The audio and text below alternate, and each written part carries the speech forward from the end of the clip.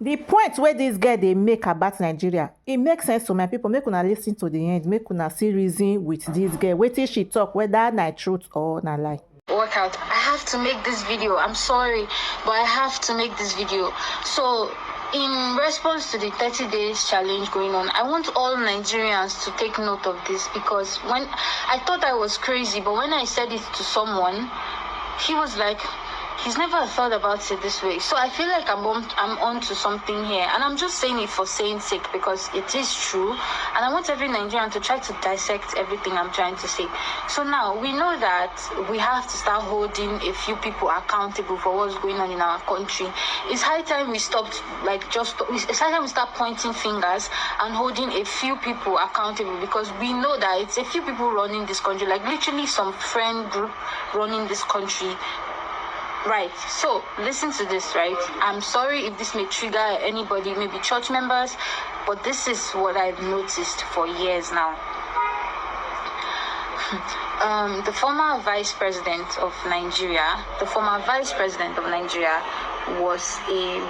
is a redeemed pastor, like a pastor with a redeemed church. The current president of Nigeria, his wife, is a redeemed pastor. The current EFCC chairman of Nigeria is a redeemed pastor. Now, I don't know if you follow this VDM versus Mesichimu incident, but you realize that like the 3-4 lawmakers, judges, and EFCC people that are literally using power to subdue the EZT guy, all of them are redeemed pastors. Now, we have this picture of... hold on, let me show you the picture. So I wanted to put the picture with this video, but technically there's no need, because if you just go on your Google and search Tinubu and Adeboye, you will see countless pictures of them together, both with the wife who is a pastor, both pictures from years ago with Fashola and all of that. Let's say Fashola, sorry, what was his name? The former president of Lagos State, right?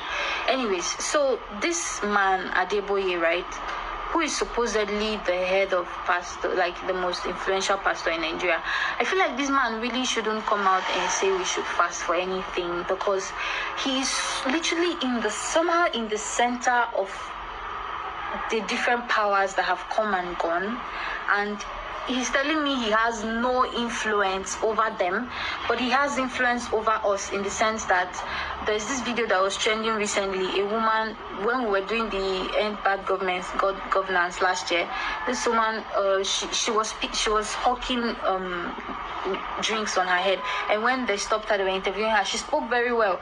So people, they were questioning her. She's like, she can't even take care of her kid. What was enough to get breakfast for her and her child is no longer enough. But because she spoke so well, they probed more and they asked her more questions, and she's like, yeah, she was working in a big school or something, but the administration changed hands, and the new people that came, in her words, the woman fired everyone and brought in her people.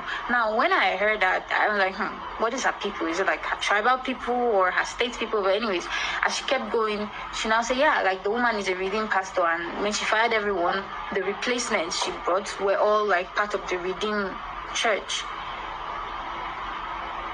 When you see things here and here and here, you gotta piece them together and understand, because most people, they don't even understand that the world is so much deeper than they think, and not everything. I don't really believe in coincidences, especially when they happen one too many times. E.A. Adeboye has so much power in politics. He's literally a very political person.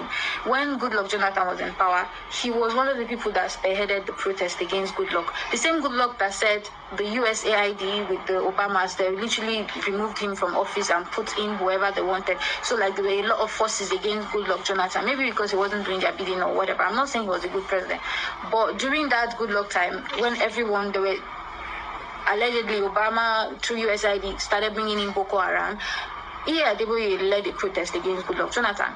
So tell me why he's now old buddy, old friend, wife being a pastor in his church is now the president and things are this bad, and this man cannot even say anything to criticize, but he's telling us to fast for 100 days, or at least not us. So he's telling his people to fast for 100 days. And I'm like, you have this much power, we can literally see you. Like, if there is a cabal of churches, I I don't.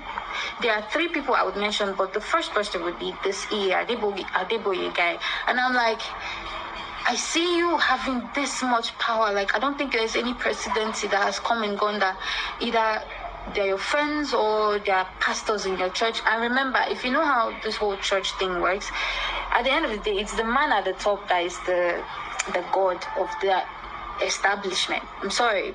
Adeboye is over here, then all the rest pastors are under. So there is nothing, except you want to. I mean, let's be honest. If you open the business now, no matter how big that business grows, you should know some of the things going on in your business. At the end of the day, you're the overall head, right?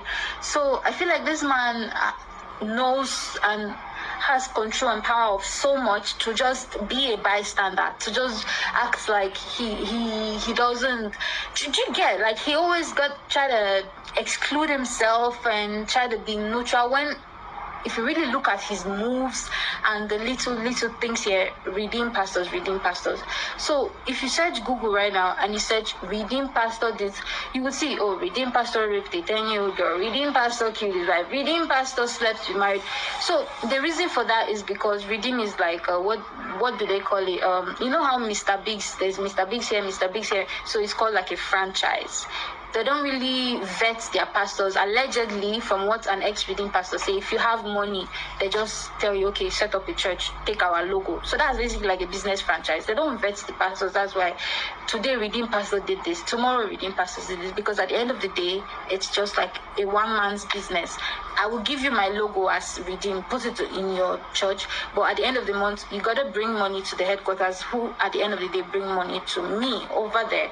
So if you really look at it, there's like so many moves about this whole redeem church, not just redeem church now, but like a whole lot of things that Nigerians, we really, as much as we're holding political people involved, we really have to understand that these religious leaders at the end of the day are just men, and smart men at that, very smart, smarter than you.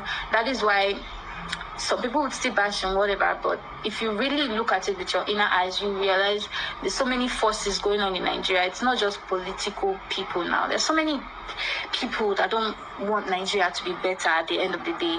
Because if Nigeria is better, you probably would not need them to pray for you to get that job or to live healthy. So many things would shut down if Nigeria was a good country and people were, actually being taken care of by the government as other countries are. So at the end of the day, we should really just be using our eyes to be looking at all these people one by one. Then we really know the problem or the problems we have in Nigeria.